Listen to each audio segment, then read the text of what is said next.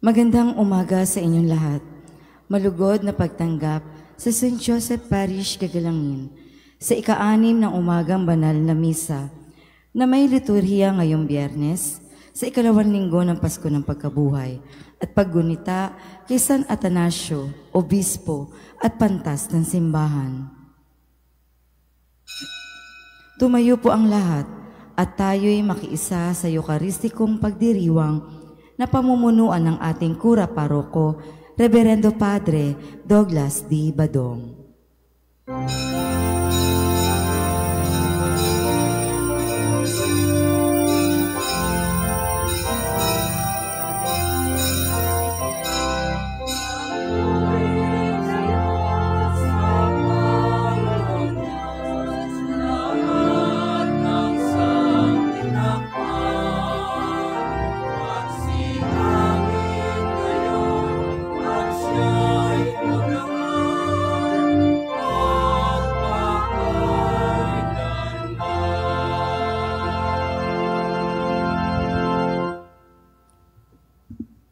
Sa ngalan ng Ama, at ng Anak, at ng Espiritu Santo.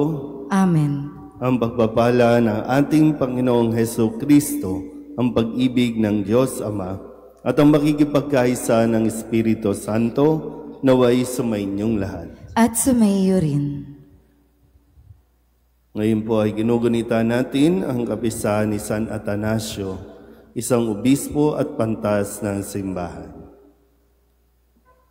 Mga kapatid, aminin natin ang ating mga kasalanan upang tayo'y maging marapat gumanap sa banal na pagdiriwang. Inaamin ko sa makapangyarihang Diyos at sa inyo mga kapatid, na lubha akong nagkasala sa isip, sa salita at sa gawa, at sa aking pagkukulang. Kaya isinasamo ko sa mahal na Birheng Maria, sa lahat ng mga anghel at mga banal, at sa inyo mga kapatid, na ako'y panalangin sa Panginoong ating Diyos. Kaawaan tayo ng makapangyarihang Diyos, patawarin tayo sa ating mga kasalanan, at patnubayan tayo sa buhay na walang hanggan. Panginoon, kaawaan mo kami. Panginoon, kaawaan mo kami. Kristo, kaawaan mo kami. Kristo, kaawaan mo kami. Panginoon, kaawaan mo kami. Panginoon, kaawaan mo kami. Manalangin tayo. Ama naming makapangyarihan, hinirang mo ang obispong si San Atanasio bilang matatag na tagapagtanggol ng pananampalatayang ang anak mo ay Diyos na totoo.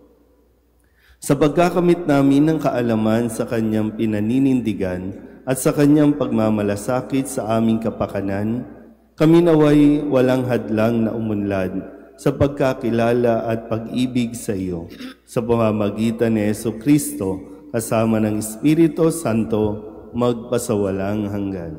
Amen.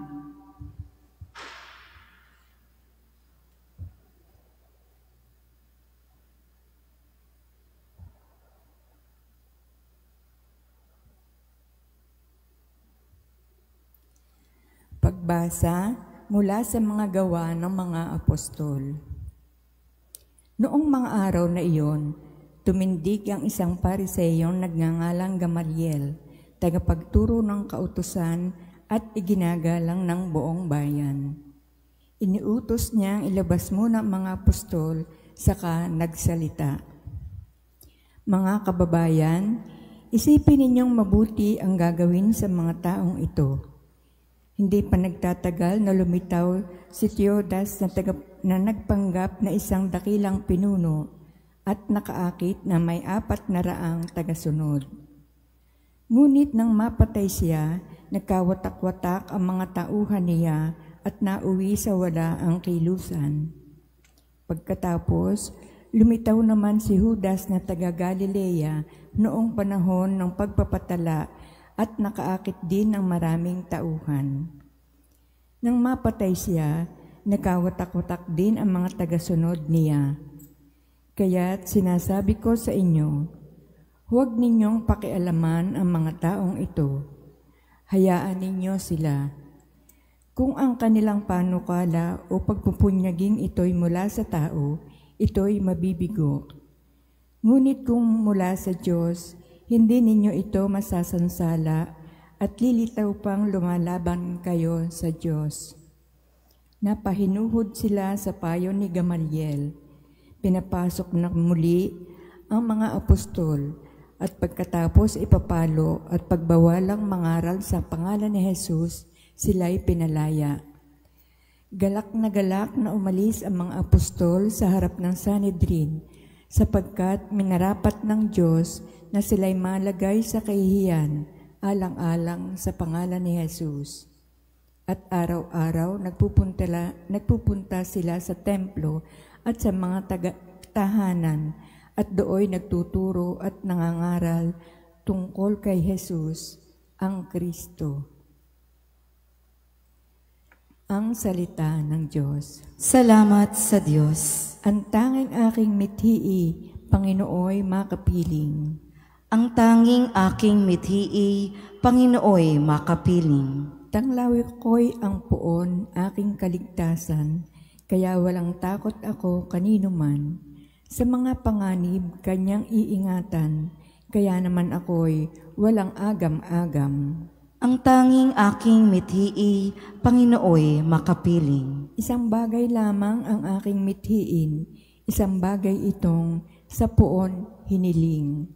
Ang ako'y lumagi sa banal na templo, apang kagandahan niya'y mamasdan ko, at yaong patnubay niya ay mata mo. Ang tanging aking mithi, Panginooy makapiling. Ako'y nananalig na bago mamatay, masasaksihan ko ang iyong kabutihan na igagawad mo sa mga hinirang. Sa Panginoong Diyos tayo magtiwala, ating patatagin ang paniniwala. Tayo ay umasa sa kanyang kalinga. Ang tanging aking mithi, Panginooy makapiling.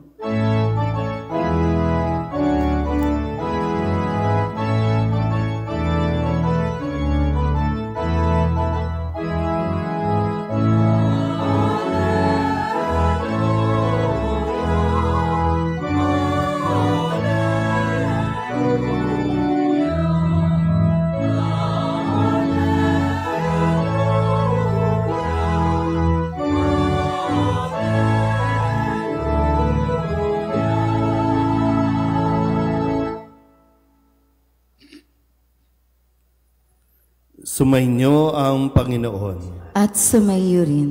Ang mabuting balita ng Panginoon ayon kay San Juan. Papuri sa iyo, Panginoon. Noong panahong iyon, tumawid si Jesus sa ibayo ng lawa ng Galilea na tinatawag ding lawa ng Tiberias. Sinundan siya ng napakaraming tao sapagkat nakita nila ang mga kababalaghang ginawa niya sa pagpapagaling sa mga may sakit. Umahon si Jesus sa burol kasama ang kanyang mga alagad at naupo roon. Malapit na noon ang pista ng Paskwa ng mga Hudyo. Tumanaw si Jesus at nakita niyang dumarating ang napakaraming tao. Tinanong siya ni Felipe, "Saan tayo bibili ng tinapay upang makakain ang mga taong ito?" Sinabi niya ito para subukin si Felipe, sapagkat alam ni Jesus ang kanyang gagawin. Sumagot si Felipe, "Kahit na po halagang 200 denaryong tinapay ang bilhin, ay di sasapat para makakain ng tigkakaunti ang mga tao." Sinabi ng isa sa kanyang mga alagad, si Andres na kapatid ni Simon Pedro, "Mayroon po ritong isang batang lalaki na may dalang 5 tinapay na sibada at 2 isda. Ngunit gaano na ito sa kanyang ganyang karaming tao? Paupuin ninyo sila," wika ni Jesus. Madamo sa lugar na yaon. Umupo ang lahat. Humigit kumulang sa 5,000 ang mga lalaki. Kinuha ni Jesus ang tinapay at matapos magpasalamat sa Diyos ay ipinamahagi sa mga tao. Gayon din ang ginawa niya sa isda. Binigyan ng lahat hanggat sa gusto nila. At nang makakain na sila, sinabi niya sa mga alagad, "Tipunin ninyo ang lumabis para hindi masayang." Gayon nga ang ginawa nila at nakapuno sila ng 12 bakol. Nang makita ng mga tao ang kababalaghang ginawa ni Jesus, sinabi nila, "Tunay na ito ang propetang paririto sa sanlibutan." Nahalata ni Jesus na lalapit ang mga tao at pilit siyang kukunin upang gawing hari. Kaya muli siyang umalis na mag-isa patungo sa kaburulan. Ang mabuting balita ng Panginoon. Pinupuri ka namin, Panginoong Hesukristo. Isang magandang umaga po sa inyong lahat. Magandang umaga po. Unang Biyernes para sa buwan ng Mayo at tayo po ay nasa 2nd linggo ng Pasko ng Pagkabuhay at sa tulong ni San Atanasio, isang obispo ng simbahan, nawa ay ating pong lubusang maunawaan ang mensahe na ipinapahayag sa atin sa araw na ito. Ang simbahan, malinaw sa atin, sa mga Katoliko, na ang nagtatag nito, walang iba kundi si Jesus, ang Diyos. Hindi ito tinatag ng kung sino mang tao. Malinaw po ba?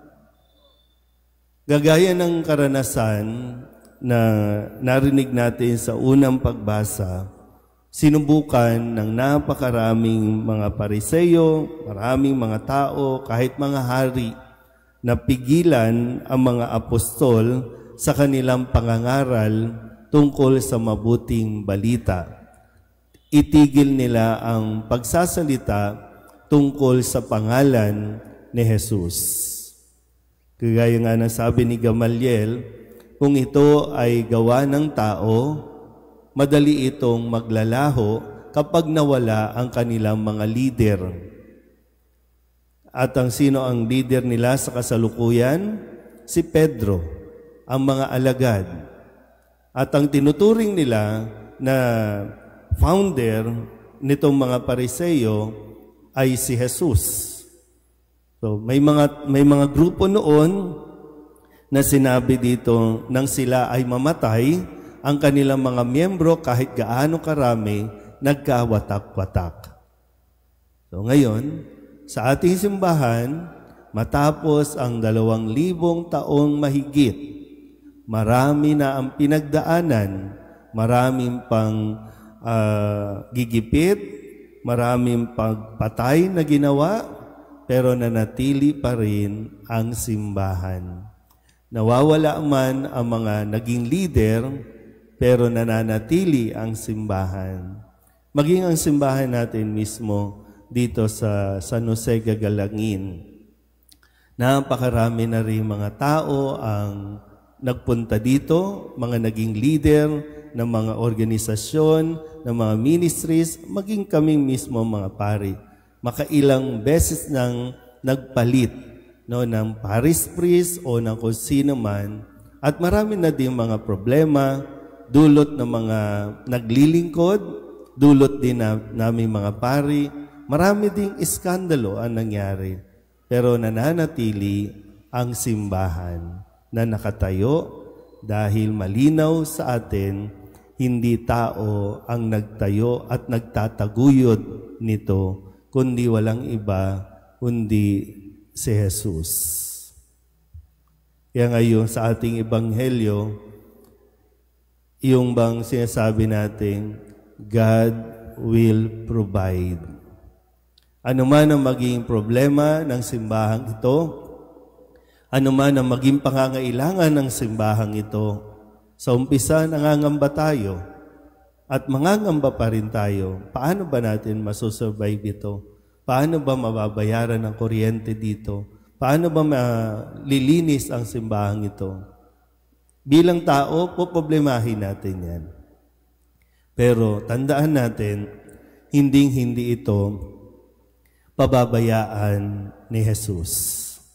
Hindi ito pababayaan ng Diyos. Kahit pa magkaroon ng problema dito, mananatili ito na bukas para sa lahat. Mananatili itong nagtataguyod, mananatili itong nagpapakain sa mga tao, bubusog sa mga tao, lalong-lalo na sa pangangailangan ng salita ng Diyos. Sa Ebanghelyo narinig natin si Felipe na nagrereklamo, paano natin papakainin ito? Si Pedro na sana siya ang unang mag-volunteer, pero iba ang ibinolunteer. Meron po dito, sabi, meron po ditong bata, may dalang pagkain. Samantalang yung dala nila ay hindi ibinolunteer. Ito yung ilan sa mga kahinaan ng mga naging leader ng simbahan. Pero nagpatuloy pa rin ang paglilingkod, nagpatuloy pa rin ang misyon ng simbahan. Dahil ito ay gawa ng Diyos. Ang Diyos ang nagtayo, ang Diyos din ang magpapatuloy nito. Amen?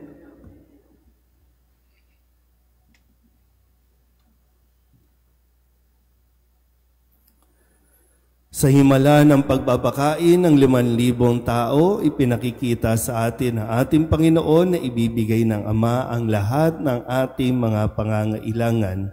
Hilingin natin sa Kanya ang lahat ng mabubuting bagay na maipagkakaloob niya sa atin. Ang ating itutugon, Panginoon, bigyan mo kami ng aming kakanin araw-araw.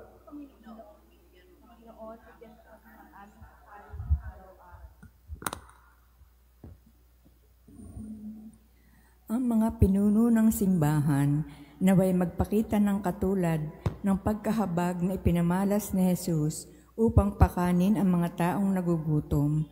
Manalangin tayo sa Panginoon. Panginoon, bigyan mo kami ng aming kakanin araw-araw. Ang mga Kristiyano naway tularan ang ginawa ng batang nagbahagi ng kanyang pagkain at magbahagi rin ng anumang maaaring makatulong sa mga nangangailangan. Manalangin tayo sa Panginoon. Panginoon, bigyan mo kami ng aming kakanin araw-araw. Ang mga kabataan naway matagpuan si Kristo bilang tugon sa kanilang pagkauhaw at pagkagutom. Manalangin tayo sa Panginoon. Panginoon, bigyan mo kami ng aming kakanin araw-araw. Ang mga may sakit naway makatanggap ng tulong para sa kanilang katawan at kaluluwa mula sa mga nangangalaga sa kanila. Manalangin tayo sa Panginoon. Panginoon, bigyan mo kami ng aming kakanin araw-araw. Ang mga yumaong mahal natin sa buhay naway makasalo sa walang hanggang piging sa kaharian ng Diyos. Manalangin tayo sa Panginoon. Panginoon, bigyan mo kami ng aming kakanin araw-araw.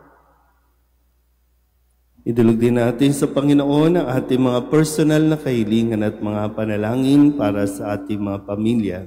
Ganon din para sa kahilingan ng lahat ng mga nanonood sa online. Lahat ng mga misang pasasalamat, espesyal na intensyon, agarang paggaling ng mga may sakit, lahat ng mga kaluluwa, lalong-lalo ng kaluluwa ng ating Santo Papa Francisco, at ang lahat ng mga panalangin na hinihiling na ipagdasal sa misang ito.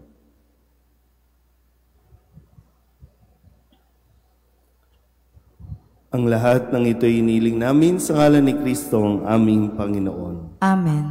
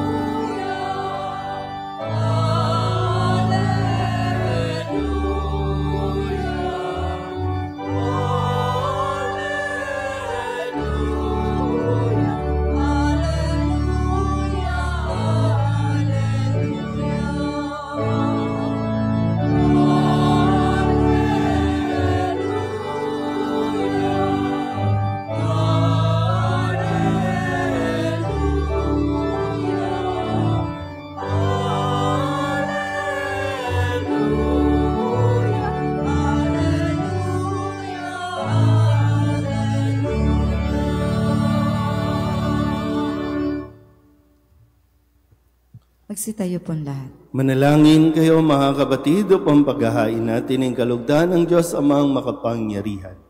Tanggapin nawa ng Panginoon itong paghahain sa iyong mga kamay, sa kapurihan niya at karangalan, sa ating kapakinabangan, at sa buong sambayanan niyang banal. Ama naming lumikha, ngayong ginugunita namin si San Atanasio, kalugdan mo ang aming mga alay sa iyo at amin nawang mapakinabangan ang walang alinlangang paninindigan sa iyong anak na siyang katotohanan at siyang wagas sa sinasampalatayanan ng Obispong Banal na aming pinararangalan sa pamamagitan ni Jesucristo kasama ng Espiritu Santo magpasawalang hanggan. Amen. Sumainyo ang Panginoon. At sumaiyo rin. Itaas sa Diyos ang inyong puso at diwa. Itinaas na namin sa Panginoon. Pasalamatan natin ang Panginoong ating Diyos. Marapat na siya ay pasalamatan. Ama naming makapangyarihan, tunay nga marapat na ikaw ay aming pasalamatan sa pamamagitan ni Jesucristo na aming Panginoon. Ngayong si San Atanasio ay pinararangalan sa pamumuhay niyang totoong uliran at pagiging maasahan sa panunungkulan, kaya't si Jesucristo na maaasahan sa katapatan ay inihahayag sa pangangasiwa sa sambayanan. Ang malasakit ng mga ulirang tagapangasiwa noon ay nagpapatuloy magpahanggang ngayon sa mga panalangin kanilang iniuukol, kaysa ng sambayanan mong dito'y nagtitipon. Kaya kaysa ng mga anghel na nagsisiawit ng papuri sa iyo, nang walang humpay sa kalangitan, kami nagbubunyi sa iyong kadakilaan.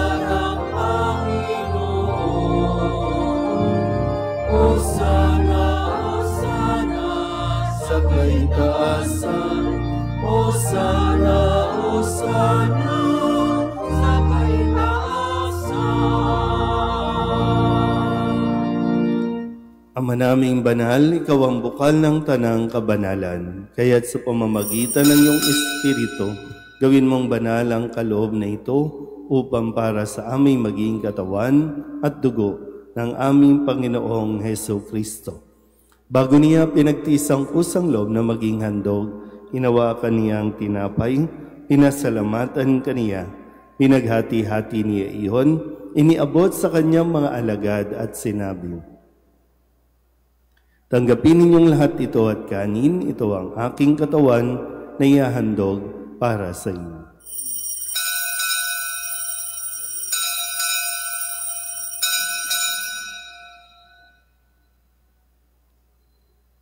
Gayun din naman nang matapos ang hapunan, hinawakan niya ang kalis, muli kaniyang pinasalamatan. Iniabot niya ang kalis sa kanyang mga alagad at sinabi, tanggapin ninyong lahat ito at inumin. Ito ang kalis ng aking dugo, ng bago at walang hanggang tipan, ang aking dugo na ibubuhos para sa inyo at para sa lahat, sa ikapagpapatawad ng mga kasalanan. Gawin ninyo ito sa pag-alaala sa akin.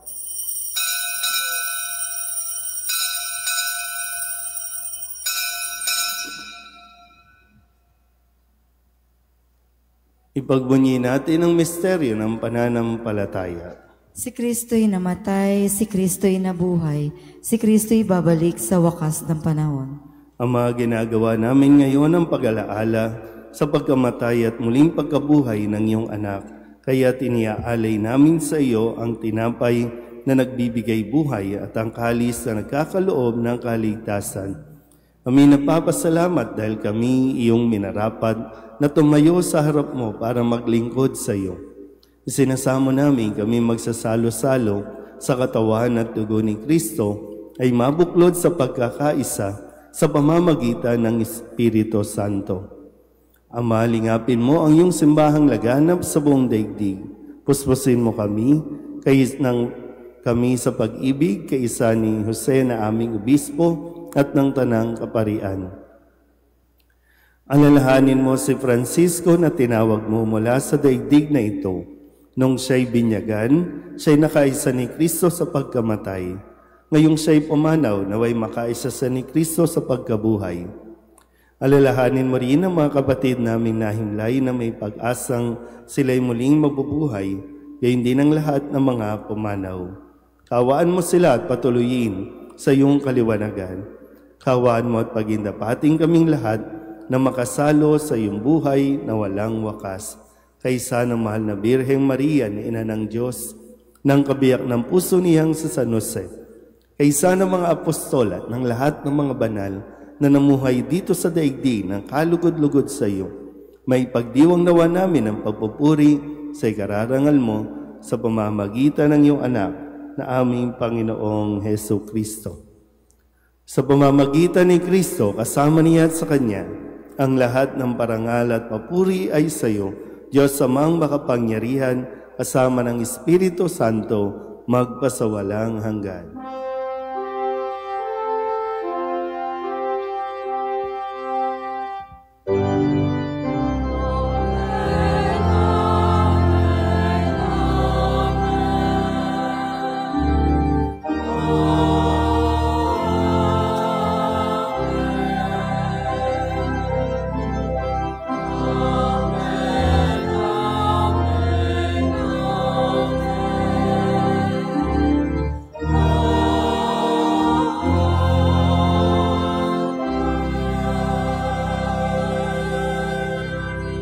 Sa tagabili ng mga nakagagaling na utos at turo ni Jesus sa Panginoon natin at Diyos, ipahayag natin ang lakas loob.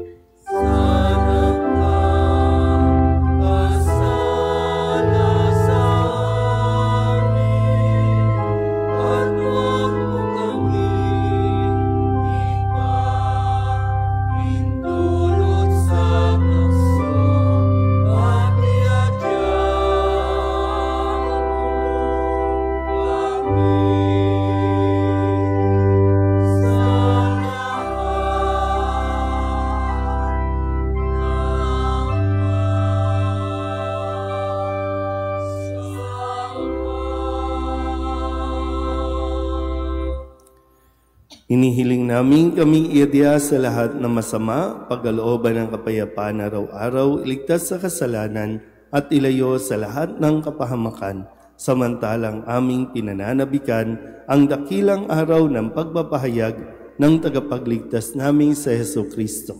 Sapagkat iyo ang kaharian at ang kapangyarihan at ang kapurihan, magpakailanman. Amen. Panginoong Heso Kristo, sinabi mo sa iyong mga apostol, kapayapaan ang iniiwan ko sa inyo, ang aking kapayapaan ang binibigay ko sa inyo. Tunghayan mo ang aming pananampalataya at huwag ang aming mga pagkakasala.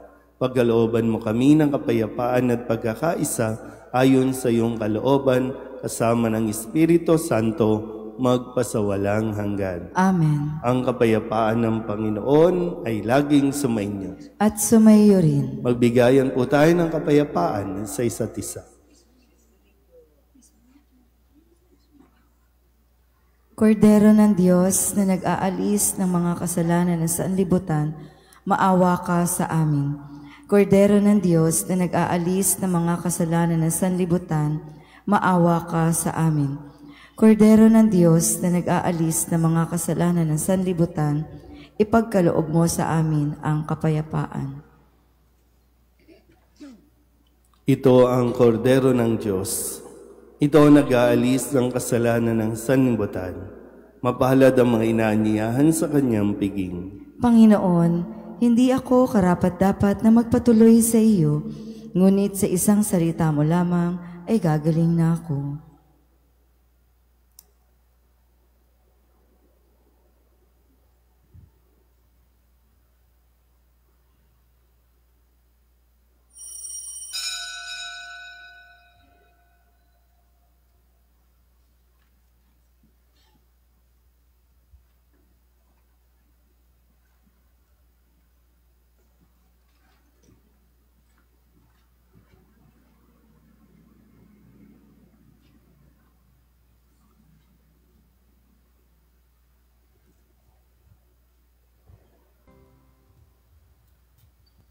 Mga pamparokyang pabatid. Sa darating na Sabado, bukas, May 3, 2025, sa ganap na ika-6 ng umaga, ay isasagawa ang isang farewell mass ng Our Lady of Fatima. Malugod na inaanyayahan po ang lahat. May 3, 2025, Sabado, tayo po ay magkakaroon ng pagdalo ng Ama sa Anak. Dalaw sa Basilika sa Quiapo. Ang motorcade procession patungo sa Basilika ng Quiapo sa ganap na ika-10 ng umaga. Welcome Mass, ito'y concelebrated ng ating Cura Paroko Reverendo Padre Douglas D. Badong sa ganap na ika-12 ng tanghali. March 4, Linggo, banal na misa sa ganap na ika-7 ng gabi at motorcade pabalik sa kanyang tahanan sa gagalangin sa ganap na ika-8 ng gabi. Maraming salamat po. Tatayo na po ang lahat. Manalangin tayo. Ama naming mapagmahal, kaysa ni San Atanasio, naway aming maipahayag ang pananampalatayang matatag na Diyos sa totoo ang iyong bugtong na anak, upang kami laging buhayin at ipagsanggalang ng pakikinabang na aming tinanggap sa pamamagitan ni Jesucristo kasama ng Espiritu Santo magpasawalang hanggan. Amen. Sumainyo ang Panginoon. At sumaiyo rin. At pagpalain kayo ng makapangyarihang Diyos, Ama at Anak at Espiritu Santo. Amen. Tapos sa banal na misa, humayo tayo sa kapayapaan ni Kristo. Salamat sa Diyos. Magandang umaga po.